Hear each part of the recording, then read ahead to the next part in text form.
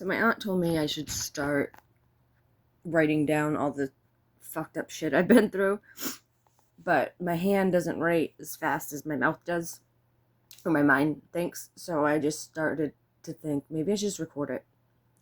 That way one day somebody could read it or listen and be like, what the fuck, dude, this poor bitch. But don't feel bad for me. I'm all good today. I don't really know where to start, so I just thought I'd talk about my family dynamic.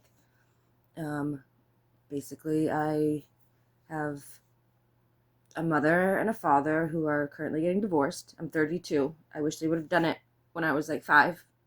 It saved me a lifelong journey of bullshit, but it is what it is. Basically, my mom was married to this old man, like really old man, and they called him Soupy. It was my grandmother's AA sponsor. So just imagine that. My mom married her mom's AA sponsor. And that she had 3 kids with him. Those are 3 of my siblings. And then my dad, at the same time, was going out with this, or married this woman, and had a daughter. And he was living here in Maine in a trailer. And they didn't make it too long because she decided she was a lesbian. And so they had gotten a divorce. And so my dad was a drunk dad that saw his daughter sometimes. My mom was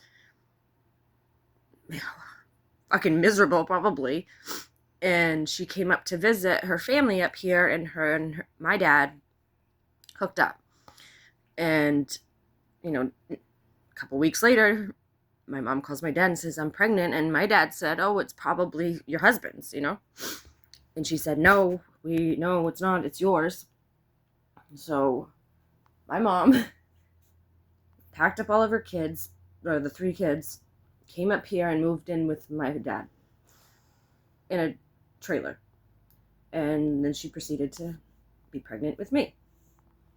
So my dad worked his ass off to support 3 kids that weren't his, and one he barely ever saw. And then their dad died because he was so old. He was probably like 80 something at this point. And so she got Social Security for them. So that kind of helped, upgrade the trailer. So there's more rooms. Actually, there's only 2 bedrooms. One for the girls, one for the boys, and one for my parents. And so she had me.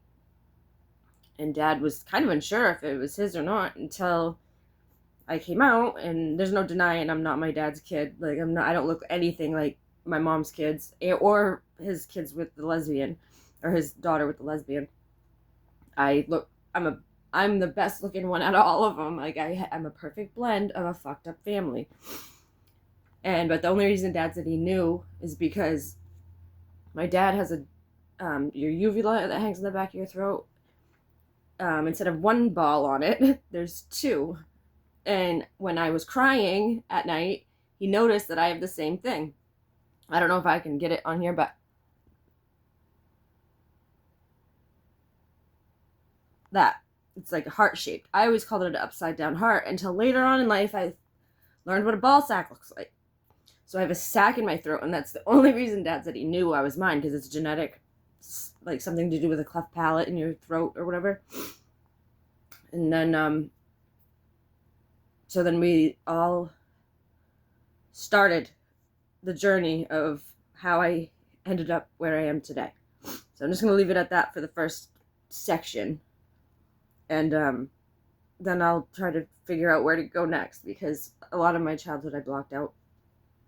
But I can remember some times that are just way beyond fucked up. But it's okay. It's sunny out today. Thumbs up. I gotta go get my kid from school. But even just that beginning basis of where I came from, a fucking drunk one-night stand with a married woman that basically trapped him. That's the basis of my life. That's where I came from. Anyway, I'll talk to you guys later or whatever.